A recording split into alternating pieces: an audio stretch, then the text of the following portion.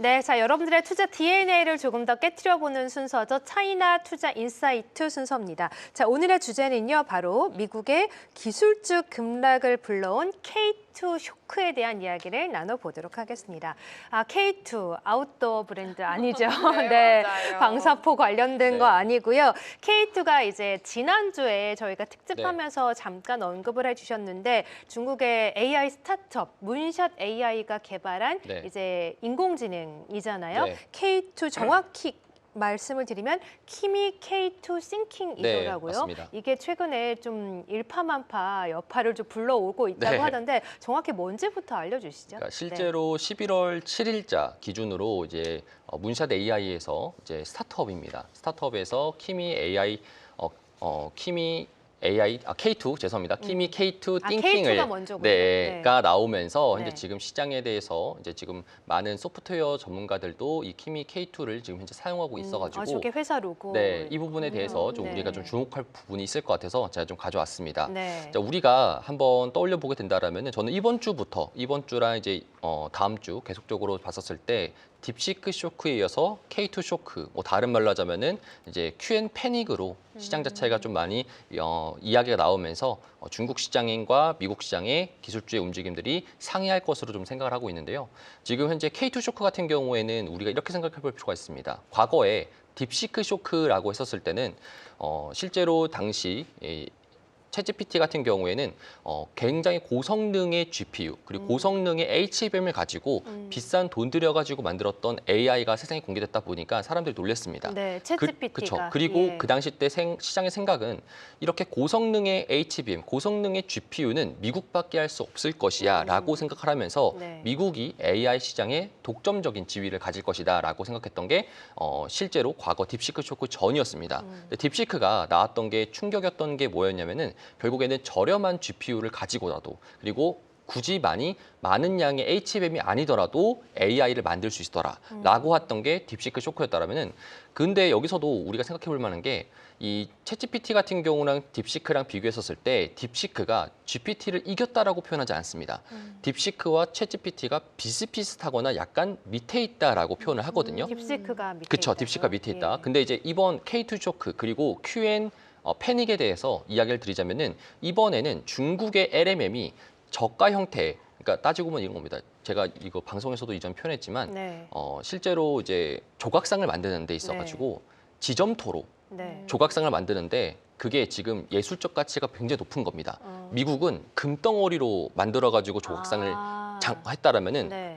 지금 중국 같은 경우에는 미국에서 이런 GPU라든지 이런 것들을 안 주다 보니까 그쵸. 자체 개발을 토대로 해야 되는데 그런 부분이 오히려 이런 부분들과 상이하면서 지금 K2 쇼크가 바라는 바가 중국의 LMM이 미국과 경쟁이 된다라는 게 지금 현재 쇼크다인 부분이라고 네. 보시면 좋을 것 같습니다. 그러니까 금으로 조각상을 안 만들고 지점토로 조각상을 만들었는데 금이 금으로 그쵸. 만든 미국의 조각상만큼 네. 좋아 보인다 이런 말씀이신 그렇죠. 거죠? 그렇게 네. 말씀드리는데 조금 더 또 자극적으로 말씀드리면 지점토로 금을 네. 만든 겁니다. 지점토로 금을? 네. 아, 그 정도로 그래요? 되게 갑자기 그 쇼킹한 정도인가요? 이야기다라고 오. 보시면 좋을 것 같은데요. 네. 왜 그러냐면은 그 실리콘밸리 같은 경우에는 계속적으로 미국의 챗GPT를 썼습니다. 맞아요. 썼었던 이유는 네. 실제로 이제 이 고성능의 HBM과 고성능의 GPU를 토대로 만든 이제 가장 똑똑한 AI이기 때문에 그 부분에 있어가지고 그쵸? 실리콘밸리도 네. 폐쇄 형식에 있는 챗GPT임에도 불구하고 어쩔 수 없이 이 부분을 사용했었는데요. 그래서 우리가 몇 달 전만 하더라도 그런 이야기를 들었을 겁니다. 실리콘밸리에서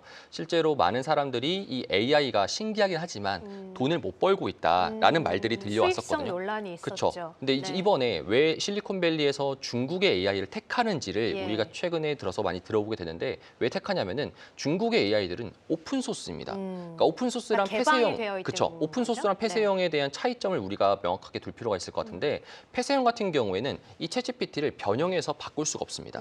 근데 오픈 소스 같은 경우에는 이거를 언제든지 바꿔도 돼라고 하다 보니까 실제로 다른 기업들 입장에서는 이런 AI 가지고 자신만의 있는 AI 필요한 것으로 리폼하기 때문에 그런 부분들이 지금 실리콘밸리에서 정말 빠른 속도로 퍼지고 있다라고 좀 보시면 좋을 것 같고요. 해당 뉴스상에서도 지금 현재 이 허깅 페이스라고 실제 개발자들이 많이 이용하는 플랫폼 사이트입니다. 음. 여기서 어떤 AI가 가장 잘 나가는지를 우리가 알 수 있는 오. 인기 순위를 볼 수 뭐 있는데요. 설문조사 같은 걸 한 건가요? 실제로 네. 이제 미국의 실리콘밸리, 그다음에 네. 인도, 그다음에 중국에 있는 AI 개발자들이 이 오른쪽 화면에 보시게 된다면 글씨가 네. 좀 작은데요. 제가 설명을 해드릴게요. 문샷이 올라와 있네요. 문샷이 제일. 1위입니다. 아, 11월 그래요? 둘째 주 기준으로 오. 지금 현재 1위이고요. 그 다음에 기존에 있었던 오픈소스 기반에 있었던 이제 라마라든지 이 메타의 라마 같은 경우 있잖아요. 오. 라마 같은 경우에도 Q&A에 밀린 상태입니다. 네. 그러니까 지금 개발자들이 택하고 있는 것들이 결국에는 중국의 오픈소스 기업들을 정말 빠른 속도로 택하고 있다는 것이 지금 현재 시장에서 쇼킹한 부분이다라고 보시면 좋을 것 같고 네. K2 띵킹의 성능을 보게 된다면은 사실 이렇게 요약하면 좋을 것 같습니다. GPT보다 살짝 우위가 같거나 성능이 같거나 우위에 있는 부분들이 있고요. 그런데 가격은 토큰당 출력 가격은 GPT-5 대비해서 4배가 저렴하고 훈련 비용이 굉장히 충격적인데 실제로 이 부분에서 논란이 좀 많고 있긴 하지만 GPT-5에 대한 훈련 비용을 약 우리나라 원화로 1조가 들었다고 합니다. 그래서 5억 달러가 들은 상태인데요. 지금 키미 K2 띵킹 같은 경우에는 훈련 비용이 460만 달러, 원화로는 70억밖에 안 들었습니다. 근데 이 훈련 비용에 대해서도 이게 뭐 전체 개발 비용이랑 뭐 일부 훈련 비용이랑 그걸 좀 뗀 금액이다 이래서 좀 말들이 좀 많던데 실제로 이렇게 좀 어쨌든 GPT-5보다는 저렴하게 들어갔다는 건 사실인 거죠? 맞습니다. 그래서 네. 그런 부분들을 만약에 떼도 네. 붙이더라도 결국에는 GPT에 그래도 비해서 저렴하다. 지금 현재 거의 10분의 1 정도 가격 수준으로 지금 저렴하게 만들었다라는 것은 변하지가 않습니다. 네. 그래서 이게 우리가 전 금요일장 기준으로 SK하이닉스라든지 국내 시장에 있는 HBM이라든지 AI 관련된 업종들이 떨어졌던 이유가요. 실제로 키미 A2, 키미 K2 같은 경우에도 지금 중국의 AI가 기존에 지금 미국에 있는 AI에 비해서 HBM의 수요가 10%에서 20%밖에 필요하지 않습니다. 그렇다 보니까 우리가 한번 과거에 들었던 걸 들어본 적 있을 거예요. 아마 4월 달, 5월 달 경에 SK하이닉스가 HBM에 대해서 과잉 공급이 되었다. 라고 하면서 SK하이닉스에 대한 주가가 약세가 됐던 적이 있었거든요. 그 부분이 결국에는 지금 현재 중국의 AI가 만약에 치고 나가게 된다라면은 SK하이닉스라든지 이런 삼성전자에 대한 주가에도 약세가 나올 가능성도 네. 있다라고 좀 보시면 좋을 것 같고요. 네. 지금 QN 관련돼 가지고도 지금 시장에서는 QN 패닉이라고도 불리고 있는데요. 이 에어비앤비 같은 경우에도 기존에 QN은 챗GPT를 알리바바 네, 맞습니다. AI잖아요. 네. 네. 에어비앤비 같은 경우에도 챗GPT를 사용했었습니다. 원래는 네. 챗GPT를 토대로 해서 사람들에게 이제 고객들에게 AI 관련돼 가지고 이런 챗하는 서비스들을 해줬었는데요. 10월 말 경에 이제 에어비앤비가 챗GPT에서 QN으로 바꿨어요. 변경했습니다. 네. 근데 우리가 여기서 좀 재미난 부분들이 이 에어비앤비에 대한 CEO 친구가 네. 샘 올트만입니다. 네네네. 네, 굉장히 친구가. 가까운 친구인데요. 네네. 오픈 AI 그쵸. CEO잖아요. 오픈 AI 네. 챗GPT가 친구임에도 친구를 불구하고 배신했군요. 바꾼 겁니다. 네. 그 바꾼 이유가 뭐냐면은 네. 결국 성능과 가격, 경쟁력, 오픈소스라는 점 때문입니다. 네. 우리가 실제로 챗GPT가 지금 현재 내는 비용 자체가 이것보다 4분의 1 정도 가까이 싼 상태이고 챗GPT는 폐쇄형이기 때문에 내 마음대로 바꿀 수가 없는 상황이라면은 중국의 QN 같은 경우에는 오픈 소스로 바꿀 수 있기 때문에 그러니까 에어비앤비를 이제 QN 형식으로 내지 않더라도 그러니까 QN에 있는 오픈 소스를 해체해서 에어비앤비의 AI로 만들 수 있다는 네. 겁니다. 그렇기 때문에 이런 부분들이 정말 빠른 속도로 실리콘밸리에서 작용하게 되는 거고요. 네. 실제 저 아래 남자분 사진은 저분이 문샷 AI CEO 아니신가요? 네. 아닙니다, 아닙니다. 아니에요? 네, 그분 아니고 네. 그 이제 닮은 것 같아요. 살짝 닮았습니다. 네. 네, 아, 아니군요. QN에 이제 네. 이런 이미지 모델 사용에 대해서 이제 표현한 건데요. 아. 맨 첫 번째 보이시는 이 네. 일반적인 평상복 사진에다가 네. 이제 프롬프트를 입력하게 되면은 정장 입었던 아, 모습 이런 이걸 모습까지 이렇게 다 AI로 바꿔줄 수 한 있고요. 거군요. 그렇죠. 네. 근데 이런 것들은 사실 라마라든지 뭐 우리가 소라라든지 아니면은 뭐 나노바나라든지 미국에 있는 AI도 다 가능한 부분인데 단점은 비용적인 면과 그다음에 오픈 소스가 아닌 폐쇄형이기 때문에 그렇다라고 보시면 좋을 것 같습니다. 네. 그래서 지금 오늘 장에서도 뉴스 나왔는데 이제 알리바바 같은 경우에도 이 자신의 이 AI 관련된 모델에 대해서 원래 이름은 통이라고 보시면 좋을 것 같은데 이 부분을 챗GPT랑 경쟁할 수 있게 이제 QN으로 변경하겠다라고 이야기를 했고요. 그렇게 된다는 소리는 실리콘밸리에 대해서 더욱더 빠른 속도로 진출할 수 있다라는 있다라는 것을 우리가 좀 체크할 수 있겠고, 그 다음에 이제 소식 중에 하나가 알리바바가 JP모건과 이제 AI 관련된 결제 시스템에 대해서 스테이블 코인과 유사한 형식의 결제를 하기로 현재 지금 협약을 맺은 상태입니다. 네. 그렇다 보니까 알리바바가 지금 알리바바에 있는 QN 그리고 중국의 AI가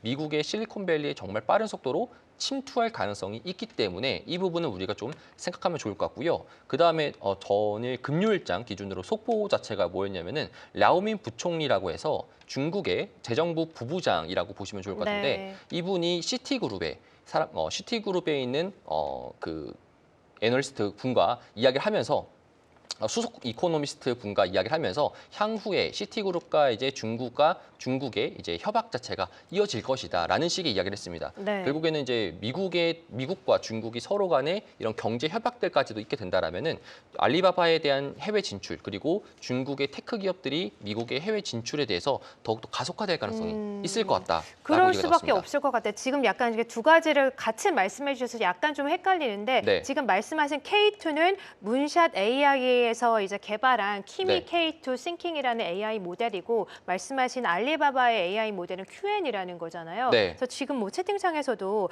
문샷 AI와 또 알리바바가 어떤 연관이 있냐 이런 네. 질문도 올라왔는데 알리바바와 텐센트가 문샷 AI에 투자를 한 거죠. 맞습니다. 그 관계를 좀 설명을 해주시면 좋을 것 같아요. 알리바바가 네. 초기에 일단 먼저 첫 번째 설명하자면은 그 문샷 AI가 원래는 칭화대 동아리 사람들끼리 네, 만든 네. AI라고 네. 보시면 좋을 것 같습니다. 근데 만들었다가 이제 알리바바에 대한 초기 투자 자본을 확보한 상태에서 알리바바가 대주주인 상태에서 현재 지금 키미 K2를 개발했었고요. 이번에 싱킹을 개발하면서 텐센트에 대한 지분까지도 확보한 상태입니다. 따지고 보면 문샷 AI가 현재 지금 LMM 형식의 생성형 AI라고 보시면 좋을 것 같은데 이 부분에 있어가지고 알리바바와 텐센트가 가장 많은 지분을 확보하고 있다라고 체크하시면 좋을 것 같습니다. 네, 근데 최근에 또 네. 알리바바 노이즈가 좀 많이 나오고 네. 있잖아요. 주말 사이에서도 알리바바가 또 중국 군인의 또 기밀 정보를 또 유출했다 이런 또 미국 백악관의 또 발표가 있으면서 네. 알리바바 주가도 많이 급락을 면치 못하고 있는데 그런 면에서 또 문샷 AI 관련해서도 어떻게 투자를 해야 되는지 궁금하고 네. 이런 면을 봤을 때 중국 투자 정말 어렵다 네. 이런 생각이 좀 들거든요. 어쨌든 미국이 가만히 두질 않으니까 네. 이런 면에서는 어떻게 투자를 해야 될까요? 사실 이 부분이 되게 좀 중요한 부분인 것 같습니다. 네. 저는 좀 말씀드리고 싶은 게 알리바바가 이번에 미국 백악관에서 그런 추측성 보도가 나왔던 것 자체가 지금 미국에서도 실리콘밸리에 너무도 빠른 속도로 침투하고 있기 때문에 이거를 경계하고자 지금 커팅했다라는 이야기들이 저는 생각하고 있는데요. 만약에 여기서 실제로 미국이 실리콘밸리에 들어가는 알리바바에 대해서 제재 조치를 가하게 된다라면 이거는 에이펙 협정에 대한 위반으로 되게 되면서 다시 한 번 더 관세선 전쟁이 이어질 가능성이 없습니다. 그렇게 된다라면은 이번에는 히토류에 대한 다시 한 번 더 리사이클이 돌아오면서 히토류에 대한 가격 상승, 그러면 다시 또 한 번 더 글로벌 증시가 침체가 되는 상황으로 나올 아이고. 수가 있을 것 같은데 예. 여기서 이제 미국 입장에서 우리가 좀 봐야 될 것 같습니다. 그러니까 네. 제가 말씀드리고 싶은 부분은 이번에 알리바바에 대해서 지금 이런 의혹이 있다 하더라도 결국에는 이 알리바바가 실리콘밸리에 침투하는 것은 막을 수 없다라고 저는 생각합니다. 이 부분에 대해서 막게 된다라면은 근데 미국에서 계속 규제를 하는데도 네. 침투가 가능하다고 보시나요? 규제를 하게 된다라면은 네. 히토류에 대한 무기가 있기 때문에 네. 우리가 불과 한 달 전만 하더라도 몇 주 전이죠. 따지고 보면 3주 전만 하더라도 에이펙에 대한 협상을 그렇게 힘들게 한 상태였고 대두에 대한 수입 그리고 나머지 그런 미국과 중국에 대한 협정 간에 있는 것들을 완료된 상태다 보니까 트럼프 입장에서는 대두에 대해서 굉장히 중요한 상황입니다. 왜 그러냐면 대두에 대해서 이제 지금 농산물을 생산하는 사람들이 전부 다 공화당 지지하는 사람들이기 때문에 그런 부분에 있어가지고 이걸 다시 한 번 더 이 알리바바가 지금 미국의 실리콘밸리에 침투하는 것에 대해서 막고자 다시 한 번 더 롤백을 하게 된다라면은 그 부분에 있어가지고 시장의 충격이 조금 더 가세된 상황인 거고요. 여기서 우리가 그러면 중국의 AI가 이렇게 미국에 빠른 속도로 침투하는데 미국의 상황을 조금 더 우리가 볼 필요가 있을 것 같습니다. 네. 지금 오픈 AI가 굉장히 돈 먹는 한마입니다. 오픈 AI는 지금 투자금 자체는 굉장히 빠른 속도로 들어오고 있지만 지금 58조 정도 가까이 들어온 상태인 거고요. 25년도, 이번 연도 상반기 같은 경우에 손실이 지금 11조 원이 넘어갑니다. 돈 먹는 한마예요. 그렇다 보니까 29년도까지 흑자 전환하지 못할 경우에는 재무적 리스크가 증가라고 말을 하지만 실제로는 파산 가능성이 있습니다. 그런데 여기서 재미있는 거는 이 오픈 AI에 있는 이 챗GPT와 경쟁하고 있는 지금 중국에 있는 AI 기업들은요 내년부터 흑자입니다. 그러면 이 시간 자체가 길어지면 길어질수록 오픈 AI는 재정적 압박에 시달리게 되고 네. 그러면은 이 오픈 AI가 지금 계속적으로 강조하고 시장의 밸류를 높게 받았던 이유 중에 하나는 GPT의 주간 이용자, 그러니까 사용자가 많았다라는 겁니다. 네.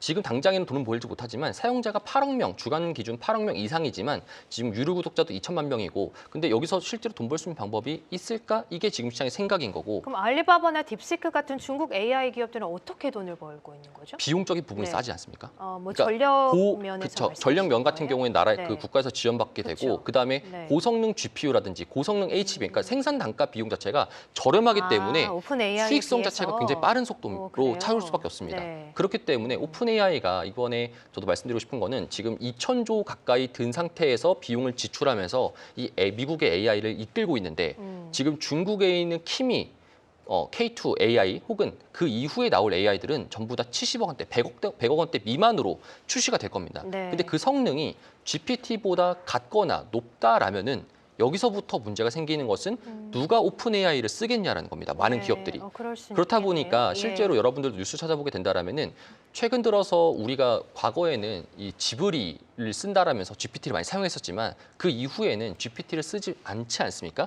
실제로는 다른 AI를 많이 쓰잖아요, 폼들을. 그렇다 보니까 챗GPT의 이용자 신규 가입자가 급감했다라고 지금 현재 뉴스로도 나왔고요. 네. 근데 여기서 잠깐 좀 궁금해지는 게 그럼에도 불구하고 뭐 소프트뱅크 손정우 회장은 엔비디아 전략 매도하고 네. 오픈 AI에 베팅을 했잖아요. 네. 그런 면에서 봤을 때는 역시 좀 미국 AI는 기술력 측면에서 아직은 중국 AI보다는 조금 더 남다르지 않나 이런 좀 생각도 있거든요. 아닙니다. 네. 기술력적인 측면에 대해서는 네. 지금은 이제 우리가 좀 다시 한 번 더 재고해 볼 만한 게 음. 기술력에 대해서 지금 챗GPT가 높다라고 하지만 그 점수의 간극 차가 네. 굉장히 미세합니다. 그 미세한 상태에서 지금 이 소프트뱅크에서도 지금 현재 엔비디아 지분을 정리하고 AI 오픈 AI에다 투자를 그렇죠. 했다라는 것 자체가 네. 굉장히 좀 위험하면서도 어찌 보면 좀 레버리지성 경향이 강한데요. 지금 챗GPT를 제외한 나머지 최근 들어서 이런 말 있잖아요.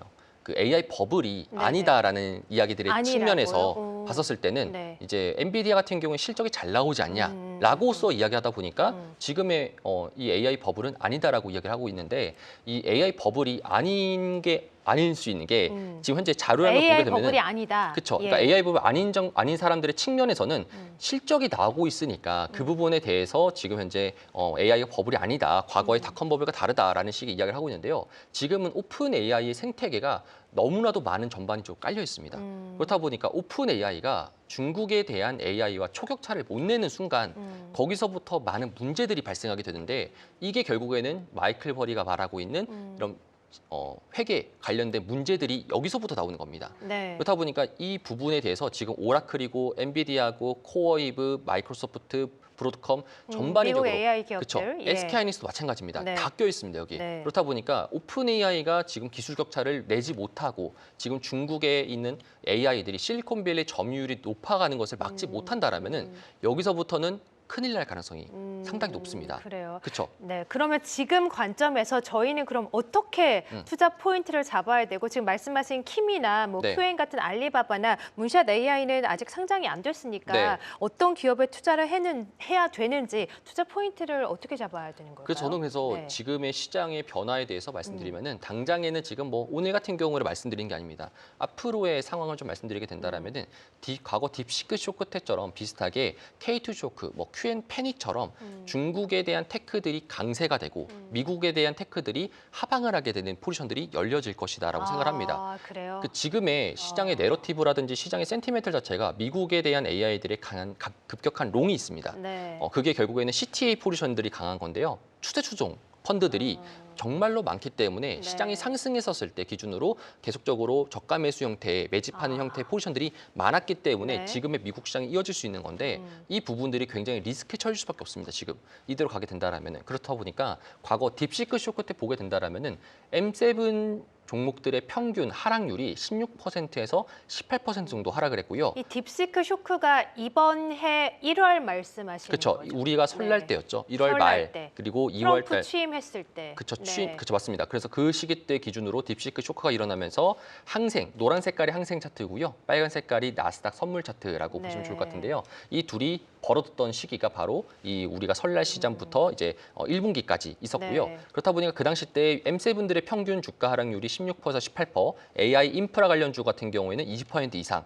반면에 그 당시 때 테레픽 10, 지금의 테레픽 10에 불렸던 테레픽 10. 중국의 네. 업종들은 40% 이상 상승을 했습니다. 알리바바는 70% 상승, 그리고 SMI 70% 상승, 샤오미도 70% 상승했습니다. 네. 그렇다 보니까 지금 이런 시장 자체가 열려질 가능성이 상당히 높다라고 보시면 좋을 것 같고요. 근데 딥시크 쇼크 때 저 M7 종목들이 평균적으로 하락을 했지만 그 뒤로는 더 많이 오른 거 아닌가요? 그 반등했던 이유가 네. 중요합니다. 반등했던 이유가 원래는 여기서부터 하락을 해야 되는데 네. 챗GPT가 AI상에서 이거를 초격차를 냈어서 지금 주가가 올라갔느냐가 아니라 네. 엔비디아가 돈을 써서 그러니까 시장에 레버리지를 써서 지금 미국에 있는 AI 기업들 올린 겁니다. 그러니까 돈으로 올라갔다는 말씀이시죠? 그렇죠. 그러니까 이런 겁니다. 과거에는 우리가 미국에 있는 AI들이 주가가 상승했던 이유는 예. 미국의 AI랑 중국의 AI 기술 격차가 넓어졌기 때문에 이거는 뒤집을 수 없다라고 생각하다 보니까 네. 올라갔던 거고 근데 근데 그 이후로 2, 3분기 때 미국의 종목들이 상승했던 이유는 네. 엔비디아가 돈을 풀고 소프트뱅크도 돈을 풀고 오라클도 지분 투자를 강력하게 하고 네. 시장 자체가 AI 기업들이 돈을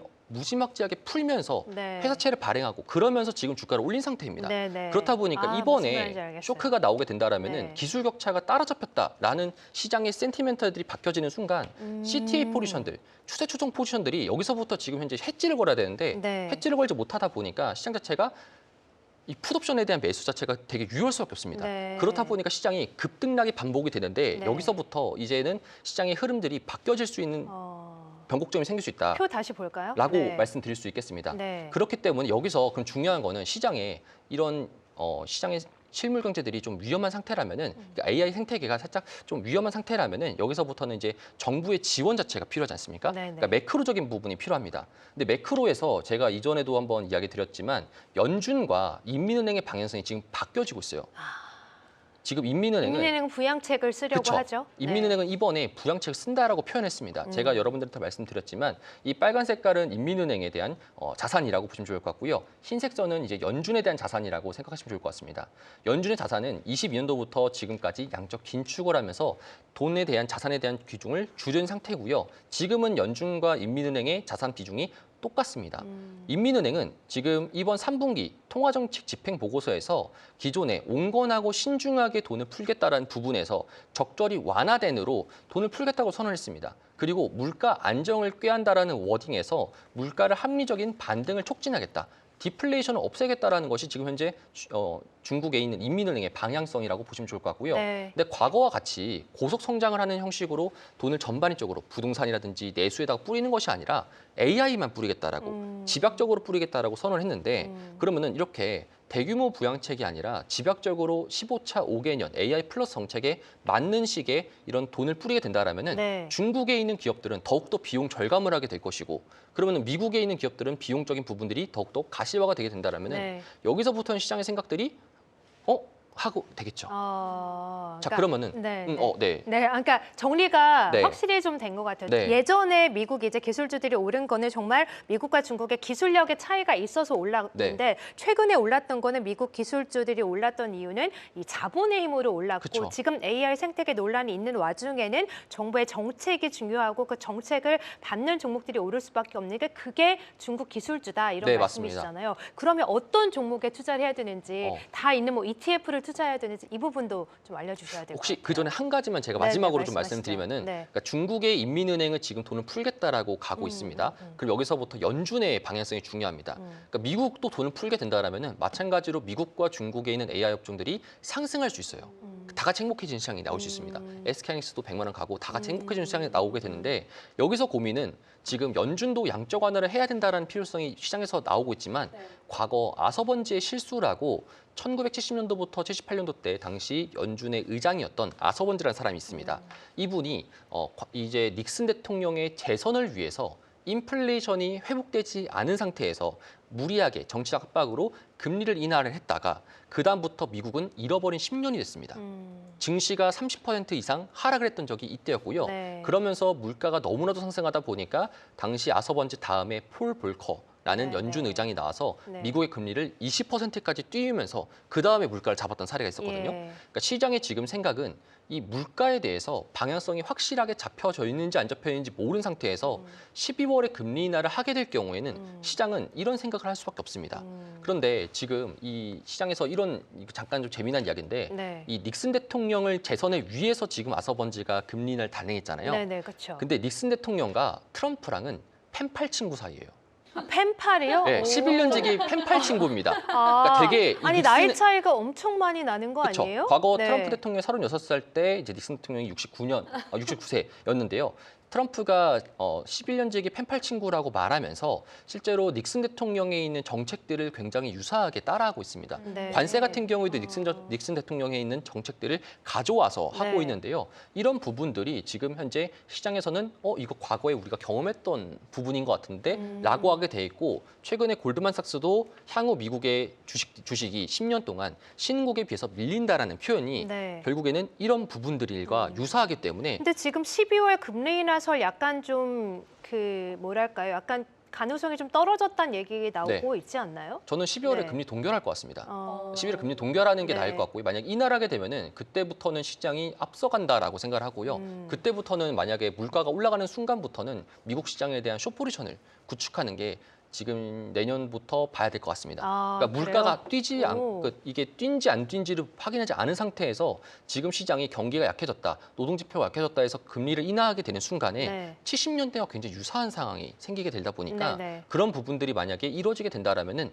뭐 당장에는 이제 실제로 양적 완화를 하는 것처럼 이제 시장 자체가 유동성이 발행하는 것처럼 느껴지다 보니까 자산 자체가 약간 정도 반등을 할 수 있겠는데 나중에 되면은 그게 오히려 큰 폭으로 돌아와서 시장이 조금 더 뼈아픈 시장의 그런 부분들이 나오지 않을까 생각을 하고 있습니다. 네, 그래서 어떤 종목에 투자를 할까요? 그렇기 때문에 네. 지금은 우리가 이 그러니까 12월 이후부터는 중국에 좀 투자 포인트가 아닙니다. 잡아가는 12월 게 이후가 낫다. 아니고요. 지금부터 봐야 됩니다. 지금부터. 그렇죠. 지금부터 이제 내일 중국의 모레 12월이에요.